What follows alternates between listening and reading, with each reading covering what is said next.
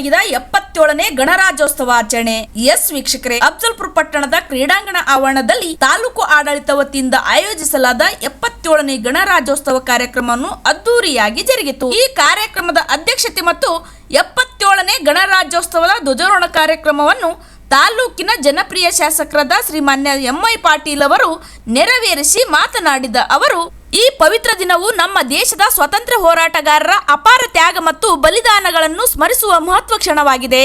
ಜವಾಹರ್ಲಾಲ್ ನೆಹರು ಅವರ ದೂರದೃಷ್ಟಿ, ಸಂವಿಧಾನ ಸಮಿತಿಗಳ ಸದಸ್ಯರ ಶ್ರಮ ಮತ್ತು ಭಾರತ ರತ್ನ ಡಾಕ್ಟರ್ ಬಿ.ಆರ್. ಅಂಬೇಡ್ಕರ್ ಅವರ ನೇತೃತ್ವದಲ್ಲಿ ಸುಮಾರು 2 ವರ್ಷ 11 ತಿಂಗಳು 18 ದಿನ ಆಳವಾದ ಚರ್ಚೆ ಮತ್ತು ಚಿಂತನೆ ಫಲವಾಗಿ ರೂಪುಗೊಂಡ ಈ ನಮ್ಮ ಸಂವಿಧಾನವನ್ನು ವಿಶ್ವದ ಅತಿ ದೊಡ್ಡ ಪ್ರಜಾಸತ್ತಾತ್ಮಕ ವ್ಯವಸ್ಥೆಯನ್ನು ಬಲಿಷ್ಠ ಅಡಿಪಾಯವಾಗಿದೆ. ಭಾರತೀಯ ಸಂವಿಧಾನವು ಸಮಾನತೆ, ಸ್ವಾತಂತ್ರ್ಯ, ನ್ಯಾಯ ಹಾಗೂ ಬಾಂಧವ್ಯದ ಮೌಲ್ಯಗಳನ್ನು ನಮ್ಮ ಜೀವನದಲ್ಲಿ ಅಳವಡಿಸಿಕೊಂಡು ದೇಶದ ಏಕತೆ, ಅಖಂಡತೆಯನ್ನು ಕಾಪಾಡುವ ದಿಕ್ಕನ್ನು ತೋರಿಸುತ್ತದೆ. ಈ ಗಣರಾಜ್ಯೋತ್ಸವದಂದು ನಾವೆಲ್ಲರೂ ಸಂವಿಧಾನವನ್ನು ಗೌರವಿಸಿ ಅದರ ಮೌಲ್ಯಗಳನ್ನು ಪಾಲಿಸಿ ರಾಷ್ಟ್ರ ಹಿತಕ್ಕಾಗಿ ನಿಷ್ಠೆಯಿಂದ ದುಡಿಯುವ ಪ್ರತಿಜ್ಞೆ ಕೈಗೊಳ್ಳೋಣ ಎಂದು ಮಾತನಾಡಿದರು. ಈ ಸಂದರ್ಭದಲ್ಲಿ ತಾಲೂಕು ದಂಡಾಧಿಕಾರಿಗಳಾದ ಸಂಜಯ್ ಕುಮಾರ್ ದಾಸರ್, ಅಫಜಲ್ಪುರ ಸಿಪಿಐ ಚೆನ್ನಯ್ಯ ಹಿರೇಮಠ್, PSI ಸೋಮಲಿಂಗ್ ಒಡೆಯರ್, ಪ್ರಕಾಶ್ ಜಮಾದಾರ್, ತಾಲೂಕಿನ ಎಲ್ಲಾ ಇಲಾಖೆಯ ಅಧಿಕಾರಿಗಳು, ಸಿಬ್ಬಂದಿಗಳು, ರಾಜಕೀಯ ಮುಖಂಡರು, ಪೊಲೀಸ್ ಸಿಬ್ಬಂದಿಗಳು, ಶಾಲಾ ಶಿಕ್ಷಕರು, ಮುದ್ದು ಮಕ್ಕಳು ಈ ಕಾರ್ಯಕ್ರಮದಲ್ಲಿ ಭಾಗವಹಿಸಿ ಕಾರ್ಯಕ್ರಮವನ್ನು ಯಶಸ್ವಿಗೊಳಿಸಿದರು.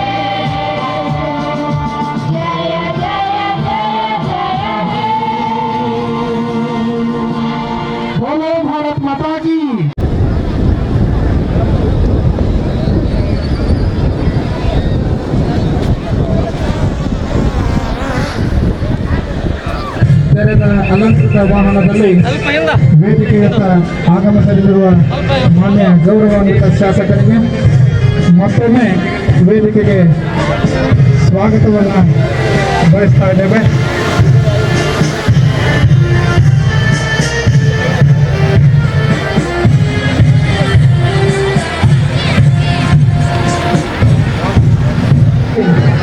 ಸಾಗಿ ಬಂದು ರಾಷ್ಟ್ರಧ್ವಜ ಹಾಗೂ ಗಣ್ಯರಿಗೆ ಗೌರವ ಸಮರ್ಪಣೆಯನ್ನು ಸಲ್ಲಿಸಿದ್ದಾರೆ. ಮೊದಲನೆಯ ತಂಡವಾಗಿ ಪೊಲೀಸ್ ತಂಡದ ಚೀಫ್ ಕಮಾಂಡರ್ ಆಗಿರ್ತಕ್ಕಂಥ ಸೋಮಲಿಂಗ್ ಒಡೆಯರ್ ಸರ್ ಅವರು ಹಾಗೂ ತಂಡದ ನಾಯಕರಾಗಿ ರಾಜಶೇಖರ್ ಅಸಿಸ್ಟೆಂಟ್ ಸಬ್ ಇನ್ಸ್ಪೆಕ್ಟರ್ ಅವರು ರಾಷ್ಟ್ರಧ್ವಜ ಹಾಗೂ ಗಣ್ಯರಿಗೆ ಗೌರವ ಸಮರ್ಪಣೆಯನ್ನು ಸಲ್ಲಿಸ್ತಾ ಇದ್ದಾರೆ. ಎರಡನೇ ತಂಡವಾಗಿ ಗೃಹರಕ್ಷಕ ದಳದ ತಂಡವಾಗಿ ಮನೋರಮಾ ಬಸವರಾಜ ಪ್ರೌಢಶಾಲೆ ತಂಡದ ನಾಯಕಿ ಕುಮಾರಿ ಸೃಷ್ಟಿ ಯಲ್ಲಾಲಿ. 8ನೇ ತಂಡವಾಗಿ ಅತ್ಯಂತ ಶಿಸ್ತುಬದ್ಧವಾಗಿ ಈಗ ಗಣ್ಯರ ಮುಂದೆ ಉಪಸ್ಥಿತರಿರುವ ಮನೋರಮಾ ಬಸವರಾಜ ಪ್ರೌಢಶಾಲೆಯ ವಿದ್ಯಾರ್ಥಿಗಳು ರಾಷ್ಟ್ರಧ್ವಜ ಹಾಗೂ ಗಣ್ಯರಿಗೆ ಗೌರವ ಸಮರ್ಪಣೆಯನ್ನು ಸಲ್ಲಿಸ್ತಾ ಇದ್ದಾರೆ.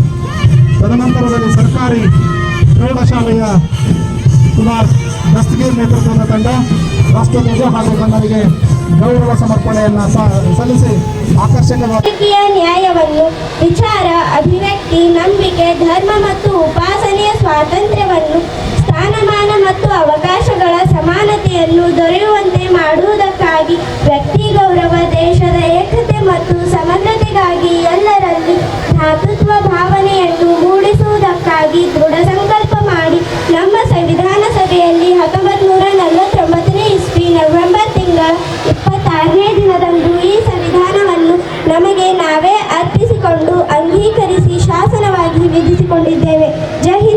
ಮತೆ.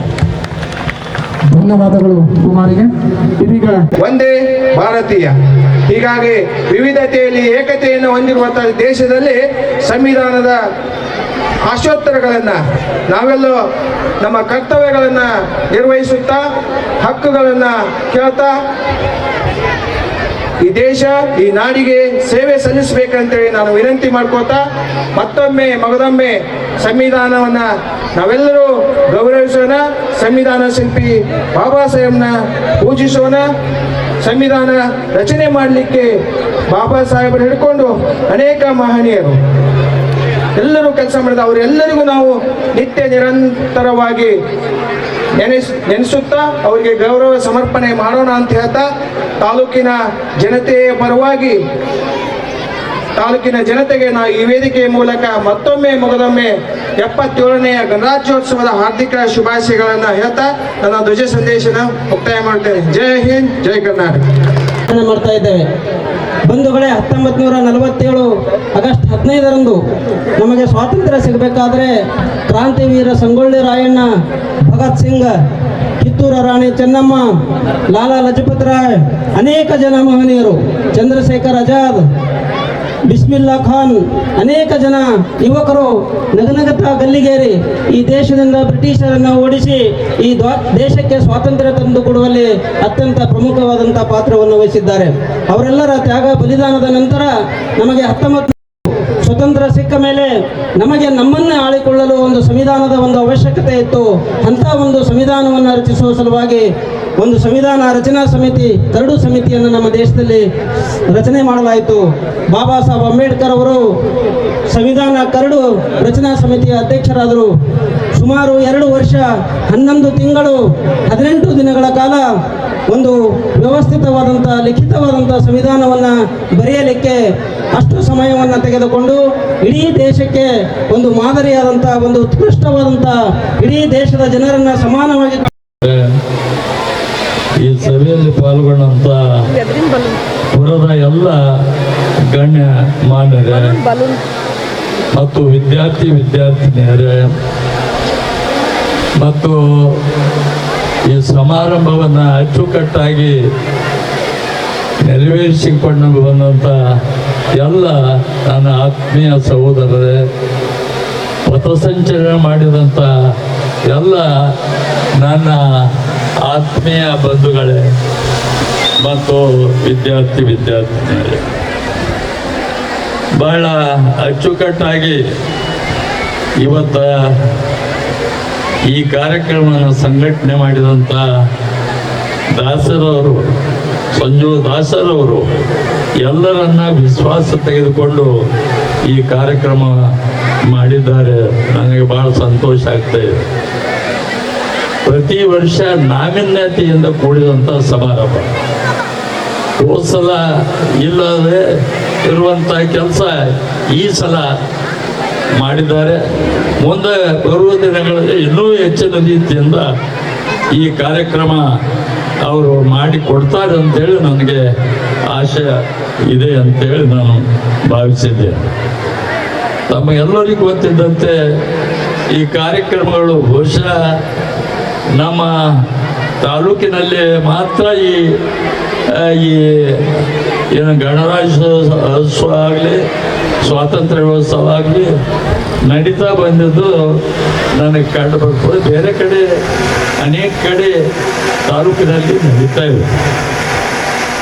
ಆದರೆ ಇವತ್ತ ಇನ್ನೂ ಈ ಕ್ರೀಡಾಂಗಣ ಒಳ್ಳೆ ರೀತಿಯಿಂದ ನಾವು ಮಾಡಬೇಕಾಗಿದೆ. ಆಕರ್ಷಕವಾಗಿ ಈ ಕ್ರೀಡಾಂಗಣ ಆದರೆ ಇಲ್ಲಿ ಮಕ್ಕಳಿಗೂ ಕೂಡ ಎಲ್ಲ ರೀತಿಯ ಆಟ ಪಾಠಗಳನ್ನು ಮಾಡಲಿಕ್ಕೆ ಅನುಕೂಲ ಆಗ್ತದೆ ಅನ್ನೋ ದೃಷ್ಟಿಯಿಂದ ನಾವೆಲ್ಲ ಈ ಕೆಲಸ ಕಾರ್ಯಗಳು ಮುಂದಿನ ದಿನಗಳಲ್ಲಿ ಮಾಡಬೇಕಾಗಿದೆ. ಅದೇ ರೀತಿ ಇವತ್ತು ಭಾರತದ ಈಗಾಗಲೇ ಸಲ್ಲಿಸ್ತಾ ಇದ್ದಾರೆ. ಅತ್ಯಂತ ಆಕರ್ಷಕವಾಗಿ ಪಥಸಂಚಲನವನ್ನು ನಡೆಸಿಕೊಟ್ಟಿರ್ತಕ್ಕಂಥ ಎಲ್ಲ ತಂಡಗಳಿಗೂ ಹಾಗೂ